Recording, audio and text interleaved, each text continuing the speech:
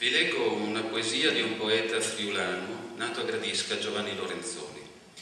La precedo con una piccola traduzione così estemporanea in italiano per chi non conosca il friulano, almeno perché abbia il significato.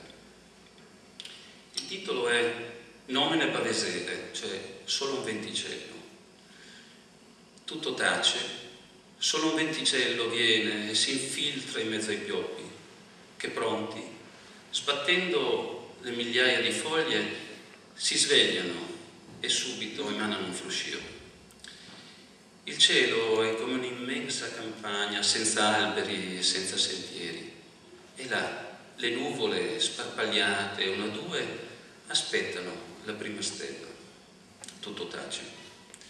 Io sono steso nell'erba, dimentico di avere già i capelli e la barba grigia, ma il cuore è in pace. Sono qua, senza pene e senza gioie, e penso con grande intensità a una capigliatura bionda di una bella bambina che mi piace. Ora le leggo in friulano. Nomine Bavesere. Il Montaltas.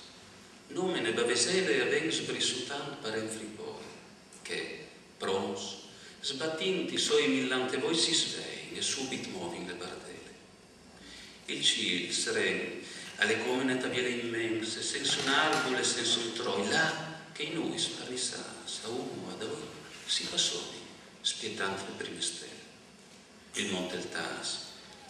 Io so i distirate arbe dismenteanti, che isacciafe barbe color di arinti, besò, col cuore in paz, soi chi, che senza pene e senza gionde, o pensi fuarda, che c'aveva le bionde di una biele bambina che mi piace.